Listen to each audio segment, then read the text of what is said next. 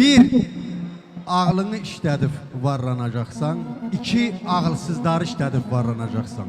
Mən heç ağlımı işlədən birəm, mən varlanası deyəm. Yəni mümkün olası şeydir, gərək insan birincisi öz ağlını işlədə bilər. Rəhmətli Hüseyin Arif yazır ki, Söyüddən bir paya düzəltdi bağban, çəpərin ömrünü uzatmaq üçün. Bir ucu gün al, bir ucu güc aldı gündən, havadan, bir ucu torpağa işlədi hər gün. Öptü bahar fəsli su ayağını, ətrini səhərin ətrinə qatdı. Tikanlar didsə də göy yarpağını, qalxıb hər tərəfə qol budaq atdı.